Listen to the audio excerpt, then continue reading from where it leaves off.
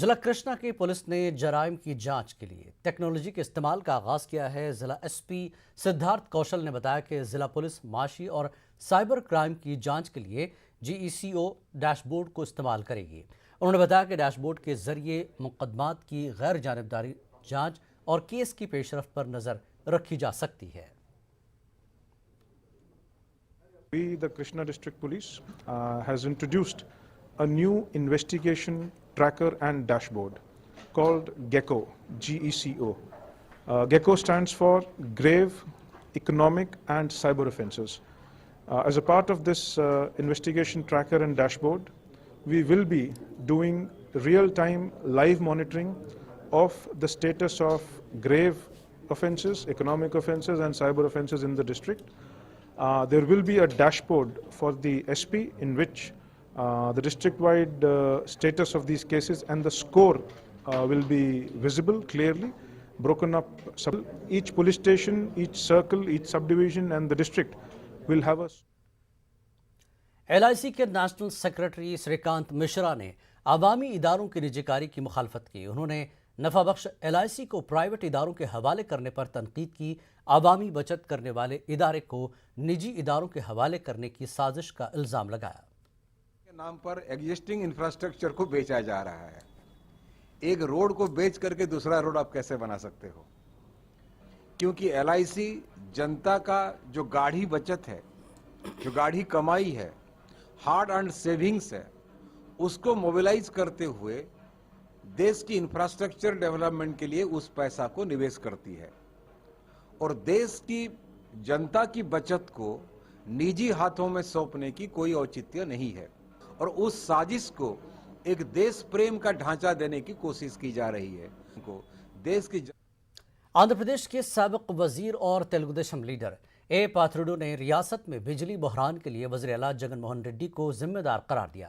انہوں نے کہا کہ جگن حکومت نے زائد قیمت پر بجلی خرید کر ریاستی عوام پر بھاری بوجھ عائد کر دیا ہے۔ سابق وزیر نے وزیر اعلیٰ پر 200 یونٹ مفت برقی سربراہ کرنے کے وعدے سے انحراف کرنے کا الزام لگایا۔ تیلگو دیشم پارٹی ضلع کرنول کے لیڈروں کی جانب سے جائزہ اجلاس منعقد کیا گیا۔ اجلاس میں پارٹی کو مضبوط بنانے کے لیے کئی ایک اہم فیصلے لیے گئے۔ اجلاس میں سابق مرکزی وزیر کوٹلہ سوریہ پرکاش ریڈی، KE پربھاکر اور دیگر نے شرکت کی۔ TDP لیڈروں نے YCP حکومت کو تنقید کا نشانہ بنایا، عوامی مسائل حل کرنے میں ناکام ہونے کا الزام لگایا۔ ریاست کی معیشت کمزور ہو چکی ہے، TDP اقتدار میں ہوئے کاموں کے بلز اب تک منظور نہیں کیے گئے ہیں۔ ادونی مسلم یوتھ ایسوسی ایشن کی جانب سے مسلم طلباء و طالبات کے لیے دینی کوئز ٹیلنٹ کا اہتمام 16 اکتوبر کو کیا جا رہا ہے۔ اس کوئز میں اسلام کی بنیادی تعلیمات اور سیرت النبی صلی اللہ علیہ وسلم پر ہوگا۔ بہترین مظاہرہ کرنے والے طلباء میں اول، دوم اور سوم طلباء کو انعامات سے نوازا جائے گا۔ 12 سے 20 سال کے طلباء و طالبات کوئز میں حصہ لے سکتے ہیں۔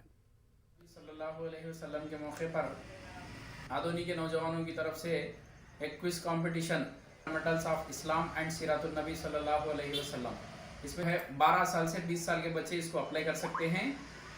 یہ پروگرام ایگزام جو ہے 16 تاریخ اکتوبر 2021 بروز ہفتہ مسعودیہ عربک ہائی اسکول میں صبح 10 بجے رکھا گیا ہے۔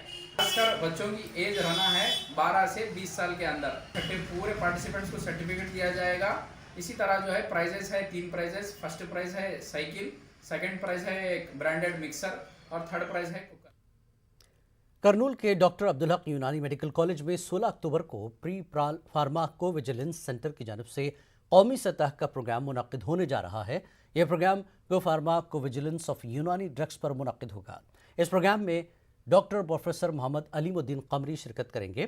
اس موقع پر ڈاکٹر سرفراز نواز نے تمام آیوش ڈاکٹرز سے شرکت کرنے کی اپیل کی۔